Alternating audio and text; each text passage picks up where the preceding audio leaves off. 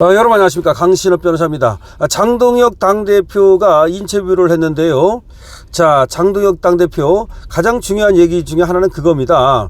열심히 안 싸운 분들이 장애투쟁을 비판한다.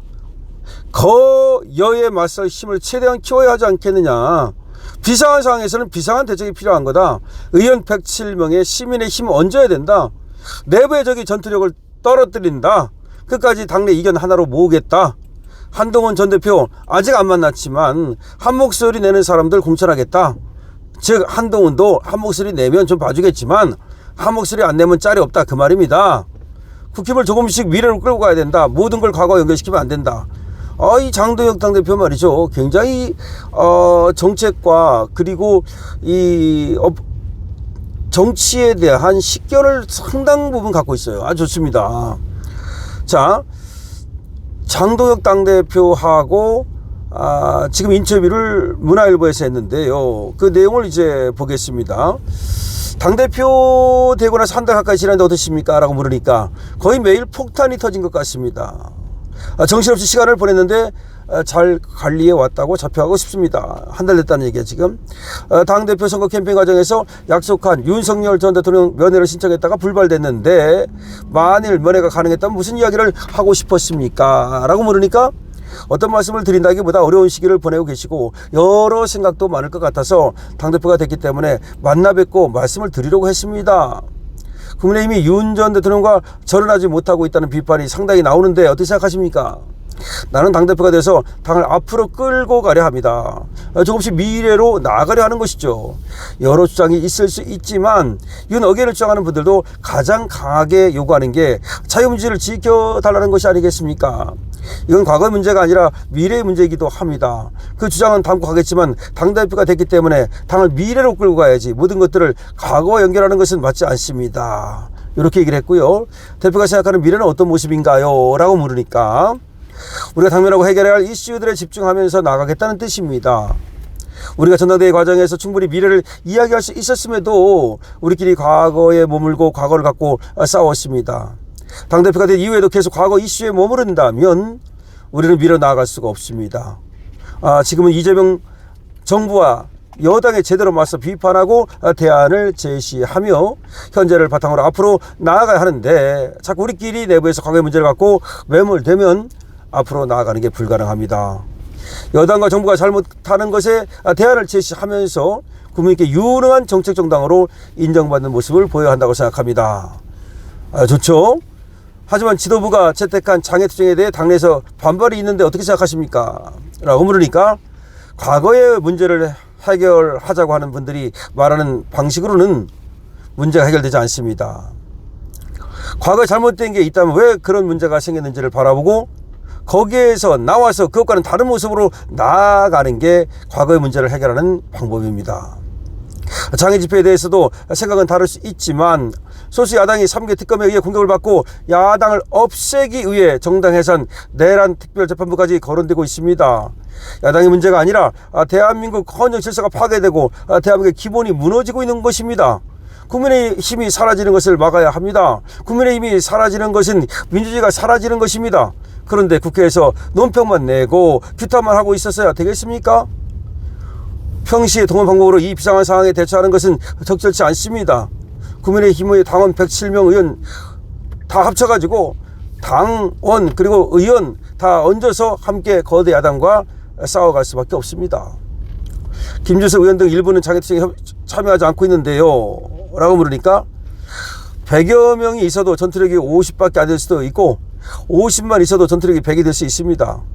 그런 내부의 적 1명은 밖에 있는 적 50명보다 전투력을 훨씬 많이 떨어뜨립니다. 내부의 적이라고 보면 이겠죠? 지금 장애투쟁을 비판하는 분들은 평소에 열심히 싸우지 않았던 분들이라고 생각합니다.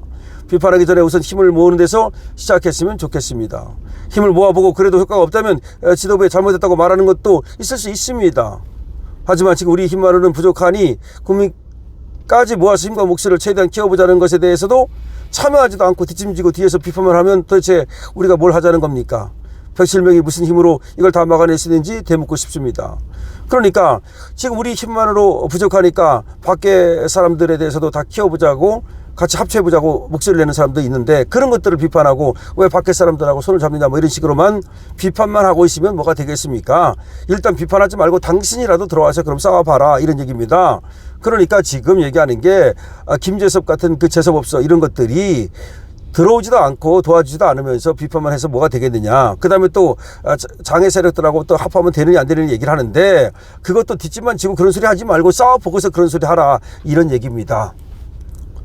지금 대구에서 21일 첫 장애 집회를 열었는데요. 어떻게든 지금의 야당 탄압이나 야당 말살, 사법 파괴를 막아내야 하겠다는 뜨거운 마음을 읽었습니다. 왜 대구냐고 묻는데 부산에서 현장 최고 의원회를 시작해서 대구로 이후에 충청으로 가고 이후 한 번의 집회가 더 필요하다면 수도권에서 하게 될 것입니다. 당의 단합을 강조하지만 친한계 등은 다른 목소리를 내고 있는데요. 그래도 당대표가 된 이후에 내부에서 이전과 같이 다른 목소리들이 크게 표출되지 않고 있습니다. 끝까지 당의 목소리를 하나로 모아갈 수 있도록 노력해 보겠습니다. 좋아요. 아주 좋아요. 장동혁 한 전 대표를 만났나? 만일 지방선거나 보궐선거 공천을 신청하면 어떻게 할 것인가? 라고 물었습니다. 한동훈에 대해서 물은 겁니다. 안 만났습니다. 한동훈 안 만났습니다. 공천의 기준은 당선 가능성이 가장 중요합니다. 당과 같이 한 목소리를 낼 수 있는 사람들이 당의 공천을 받아야 합니다. 혼자 가는 게 아니라 같이 갈 수 있는 마음이 있는 사람들을 공천해야 됩니다. 그러니까 한동훈 같은 자 안 하겠다는 얘기 아닙니까? 이런 식으로 가서는 물론 뭐 100% 달라져 가지고 그럴지 모르겠습니다만 아마 그것도 우리 당원들이 국민들이 용서하지 않을 것이기 때문에 한동훈이 공천받을 일은 장동혁이 있는 한 없을 것 같습니다. 장동혁 대표는 이재명 정부에 대한 평가와 민주당의 입법 독재에 대해서는 내 생각에 동조하는 사람들만 살아남는 세상을 만들려고 하는 것 같다. 지들끼리 동조하는 세상. 민주당의 검찰개혁 법안에 담긴 국가수사위원회를 사례로 들면서 검찰을 해체해서 세 개로 나눠놓고 그 위에 모든 수사 권력을 하나로 모은 국수위를 통해서 대통령의 권력이 그대로 통과해서 지나갈 수 있도록 다시 말하면 입법 독재 그리고 또 대통령 독재하려고 중국식 어떤 그런 정치체제를 만들려고 하는 게 아니냐라고 얘기를 했습니다. 그러면서 지금 여러 가지 또 이제 장동혁 대표가 얘기를 했는데 자주 국방론을 꺼낸 이에 대해서 지금 대한민국은 북한을 향해 가고 있다고 비판을 했고요. 그 다음에 안보 경제에 묶인 한미동맹 위기라고 얘기를 했고요. 지금 마치 대통령실에 김정은이 앉아있는 것 같다. 마치 대통령실에 김정은이 앉아있는 것 같다라고 얘기를 했고요. 대미 관세 협상 전략 바꾼 이 정부에 대해서는 북한과 중국의 눈치를 보면서 미국을 제끼기로 한 것이냐 그렇게 또 의문을 제기하고 있고요. 장동혁 대표 끝내주죠.